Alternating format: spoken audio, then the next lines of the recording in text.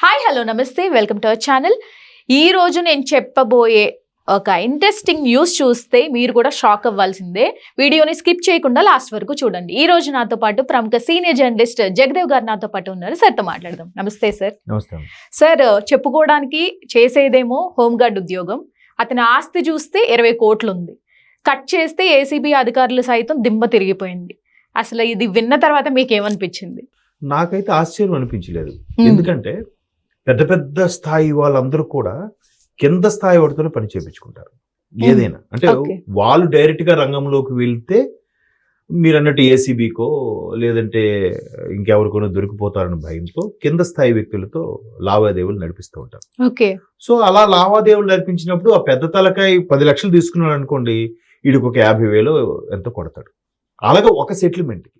అలాగే ఎన్ని సెటిల్మెంట్లు, ఎన్నిసార్లు. అయితే వీళ్ళు కొంత 4 డబ్బులు వచ్చేసరికి ఒక్కసారి కళ్ళు నెత్తిమేకెక్కో లేదంటే మాకు తిరుగులేదులే లైఫ్ సెటిల్ అయిపోయిందని ఒక గర్వంతోనో మొత్తానికి కొంచెం విచ్చలవిడిగా ప్రవర్తిస్తూ ఉంటారు. కాస్ట్లీవి కాస్ట్యూమ్స్ లేకపోతే దాన్ని ఏమంటారు గ్యాడ్జెట్స్ వాడడము అవి చేయడం వల్ల కొంతమందికి అనుమానం వస్తుంది.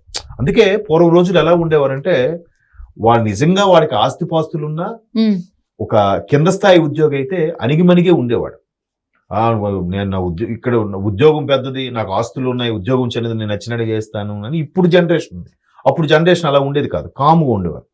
సో అందుకే ఇలాంటి అనుమానాలు రాకుండా ఉండడం కోసం కొంతమంది జాగ్రత్తగా ఒరే మనం కారు కొన్నామంటే మన ఇంటికి దొంగలు పడతారా, వీడికి బాగా డబ్బులు ఉన్నాయని చెప్పి వస్తా అని చెప్పి పూర్వం మనుషులు థింకింగ్ అలా ఉండేది. సో చాలా జాగ్రత్తగా గుట్టుగా బతికేవారు. ఇప్పుడు అది లేదుగా. అవునరా బాయ్ వచ్చింది ఎంజాయ్ చేస్తున్నాం, ఎవడెన్నాళ్ళు ఉంటాడో తెలియదుగా అని ఆ ఎంజాయ్ని కాస్త మితిమీరి ఎంజాయ్ అయింది అనుకోండి, ఖచ్చితంగా ఎవరికైనా డౌట్ వస్తుంది. అలా డౌట్ వచ్చినప్పుడు ఆయన ప్రధాన కార్యాలయాల్లో పెద్ద పెద్ద బాసుల దగ్గర అసిస్టెంట్గా పనిచేసినప్పుడు, ఆ హోంగార్డులు డ్రైవర్లుగాను పనిచేసినప్పుడు ఖచ్చితంగా ఆ లింకప్లు ఉంటాయి.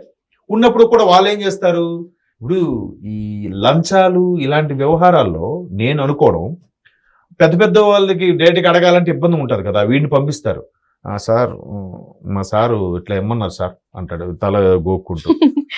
ఏంటమ్మా సరే సరిపోలేదా, సరే మళ్ళీ పలానా దగ్గర రామ్మని వీడికి ఇచ్చి పంపిస్తారు. నిజంగా సార్ అడిగాడో లేకపోతే వీడే సార్ పేరు చెప్పి నొక్కేస్తున్నాడు ఎవరికి తెలుసు.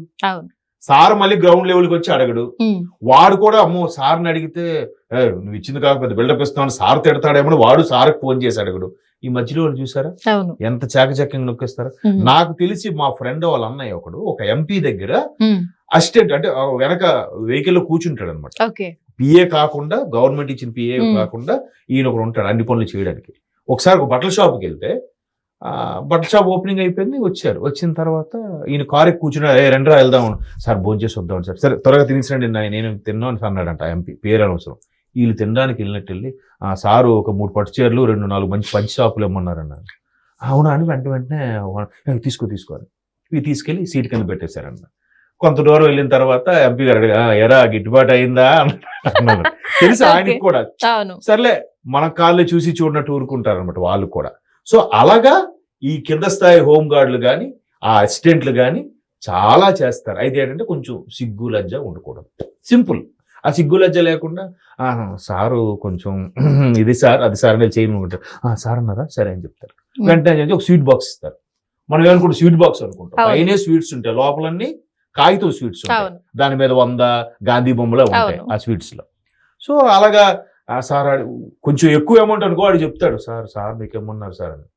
అప్పుడు ఆయన ఆనందం కొద్ది ఇస్తే ఓకే, కొంచెం అమౌంట్ అనుకో ఆయనకి ఎవడు ఈయన నొక్కేస్తాడు. సో అలాగే జరిగితే జరుగుండొచ్చు, చాలా ఉన్నాయి. కాకపోతే ఆయన బయట పడిపోయాడు. చాలా మంది దొరకని దొరలు ఎంతమంది ఉన్నారు. దొరికే వరకు దొరికితే అంతే సార్. Thank you sir.